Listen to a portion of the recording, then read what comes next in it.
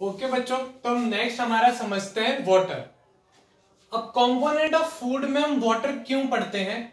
जो वाटर होता है वो किसी भी तरीके का फूड नहीं होता है, मतलब वो खुद में कोई एनर्जी प्रोवाइड नहीं कराता है। यानी अगर हम पानी पीते हैं तो हमें डायरेक्ट एनर्जी नहीं मिलती, यानी अगर हम पानी कंज्यूम करें तो वो हमें किसी भी तरीके की शक्ति नहीं देता है। लेकिन वो फूड कंपोनेंट क्यों है, अब हम वो समझते हैं। वाटर के कुछ मेन पॉइंट्स देखते हैं। 70% part of our body is water, यानी जो हमारे शरीर का 70% हिस्सा है, यानी जो मेजर, जो सबसे ज्यादा जो पार्ट है हमारी बॉडी का, वो पानी से मिलकर बना हुआ है। Helps in absorption of nutrients and maintaining temperature. अब ये जो सबसे वाटर का जो मेन काम है वो यहां आता है। Helps in absorption of nutrients. Nutrients क्या होते हैं? जो हमें जो खाने से शक्तियां मिलती है, यानी जो भी हमें जो एनर्जी चाहिए होती है, जो गेन करनी होती है, या फिर जो भी हमें पदार्थ खाने से लेने होते हैं, वो अब्जॉर्ब, यानी वो हमें खाने से खींचने में, यानी खाने से निकालने में जो हमें हेल्प करता है वो होता है water. Helps in absorption of nutrients. और दूसरा हमें दिया हुआ है मेंटेनेंस ऑफ टेम्परेचर। अब टेम्परेचर कैसे मेंटेन करता है? हमें बहुत ज्यादा गर्मी लगती है तो हम ठंडा पानी पीते हैं। जब हमें जुकाम होता है, हमारे शरीर का टेम्परेचर ज्यादा होता है, यानी हमें जब टेम्परेचर नॉर्मल करना होता है, यानी हमें बहुत ज्यादा गर्मी लग रही है तो हम ठंडा पानी पीते हैं।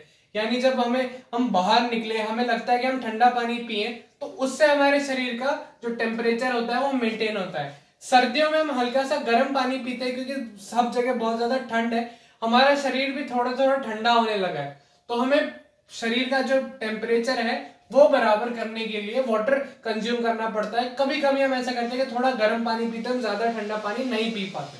ठीक है, तो जो वाटर का जो नेक्स्ट यूज है होता है एक्सक्रीशन ऑफ वेस्ट। अब एक्सक्रीशन ऑफ वेस्ट यानी हम जब फूड डाइजेस्ट करते हैं तो ऐसा नहीं होता कि जो भाई हमने फूड खाया वो पूरा का पूरा डाइजेस्ट हो गया। जो फूड के अंदर वेस्ट बचता है वो हमारे शरीर से निकालने के लिए हमें वाटर हेल्प करता है। उसके जो दो एग्जाम्पल है वो है यूरिन एंड स्वेट। ये दो तरीके एग्जाम्पल है जो डायरेक्ट हमें पानी के फॉर्म में हम हमारे शरीर से बाहर निकालते हैं।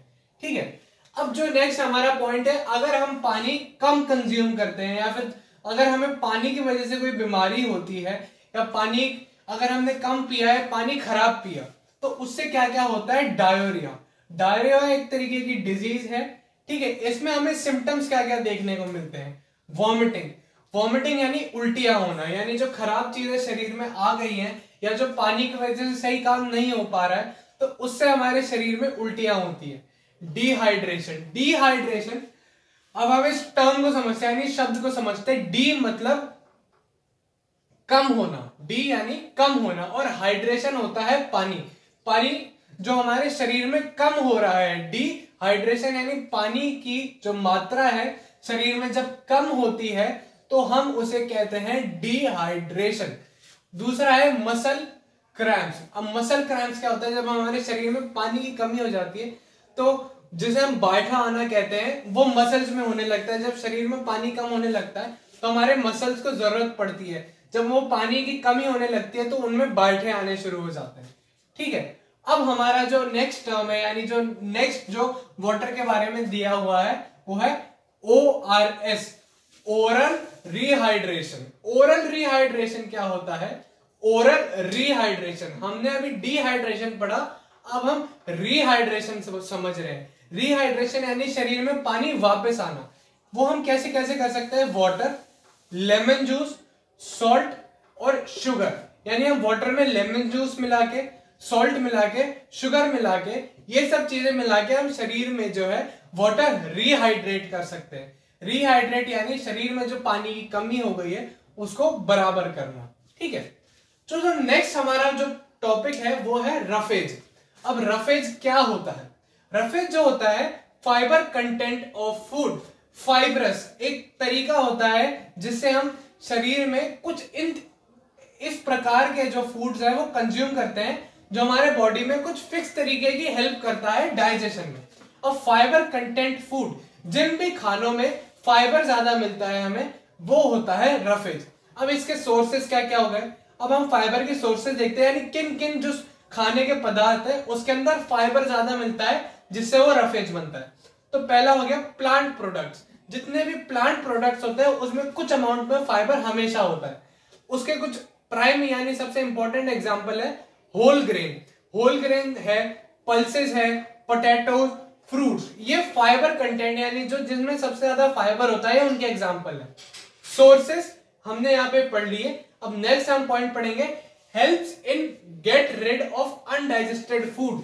जैसे हमने समझा कि सारा फूड डाइजेस्ट नहीं होता है, कुछ हम एक्सक्रीट भी करते हैं यानी शरीर से निकालते भी है वेस्ट के फॉर्म में। तो वो जो अनडाइजेस्टेड पार्ट है खाने का, जो हम डाइजेस्ट नहीं कर पाए, उसको शरीर से निकालने में यानी उसको शरीर से खत्म करने में जो हमें काम में आता है वो होता है रफेज यानी फाइबरस फूड। नेक्स्ट हमारा पॉइंट है प्रिवेंट कॉन्स्टिपेशन। कॉन्स्टिपेशन क्या होता है? अब कॉन्स्टिपेशन अगर हम हिंदी में समझे तो जो हमारे शरीर में जब पानी की कमी हो जाती है या फिर जो हम जो शरीर से वेस्ट निकाल रहे हैं वो बहुत ज्यादा हार्ड हो जाता है, यानी उसका जो शरीर से निकलने का जो कंसिस्टेंसी होती है, यानी जब हम किसी भी शरीर से वेस्ट को निकालते हैं वो बहुत ज्यादा टफ और हार्ड हो जाता है बॉडी से निकालने में, तो उसे हम कॉन्स्टिपेशन कहते हैं। इसको हम कहते हैं हार्डनिंग ऑफ स्टूल।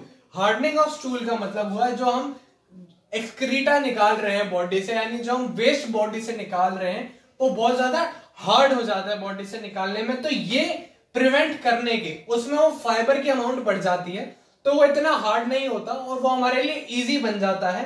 तो इसे हम कहते हैं प्रिवेंटिंग ऑफ कॉन्स्टिपेशन। तो एक बार आप ये देख लीजिए और नोट कर लीजिए।